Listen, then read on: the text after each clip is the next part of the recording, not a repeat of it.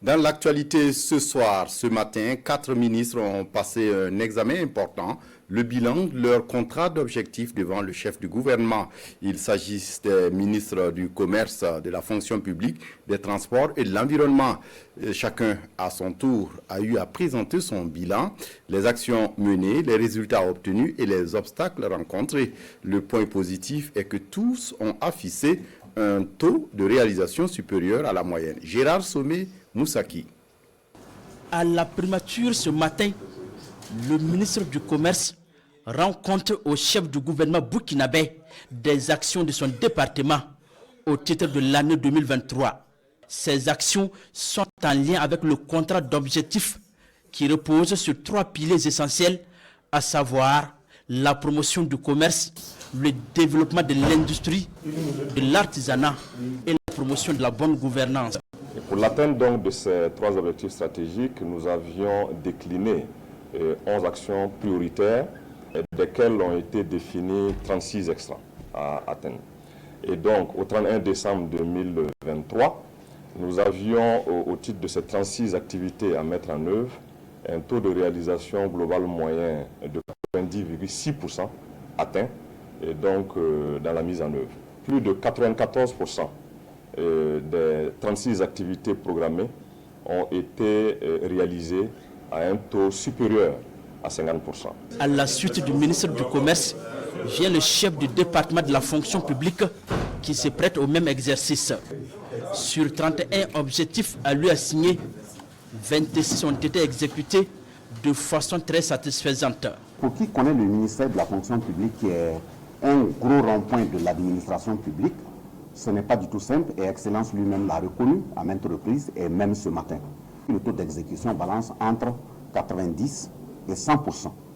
Mais maintenant, ceux qui n'ont pas atteint les 50% sont au nombre de 5, qui se justifient avec des éléments aussi précis. Le ministère des Transports a fait face à plusieurs défis en 2023, comme entre autres la résiliation du contrat de construction de l'aéroport de Douansène, les problèmes liés à l'acquisition de bus avec le retrait des partenaires financiers. Malgré tout, le département s'est en sorti avec un taux de réalisation de 73,06%. En termes d'acquis majeurs, il faut souligner la rénovation et le passage en fonctionnement 24 heures sur 24 de l'aéroport international de Bobo-Dioulasso. Il faut souligner aussi la certification de cet aéroport qui est presque bouclé au niveau de l'amélioration de la mobilité urbaine.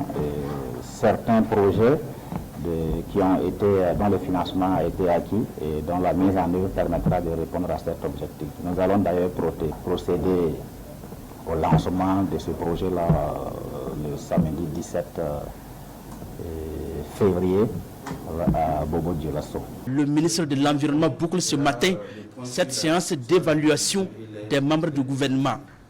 Le département de Roger Barreau affiche un taux de réalisation de 84,97%. Les interventions du département sont axées entre autres sur l'assainissement, l'adoption des textes réglementaires, les études sur la catégorisation des barrages et la disponibilisation de l'eau potable. Le département a travaillé malgré les contraintes pour l'accès à l'eau potable. Nous avons travaillé à mettre en place des systèmes d'adduction en eau pour les populations au niveau rural et au niveau urbain. Pour la question de l'assainissement, nous avons contribué à travailler notamment avec au niveau des personnes déplacées internes, avec la mise en place des jardins nutritifs qui ont été mis en œuvre. Également pour la question de la réglementation. Parce que dans notre domaine, pour avancer, il faut beaucoup de réglementation.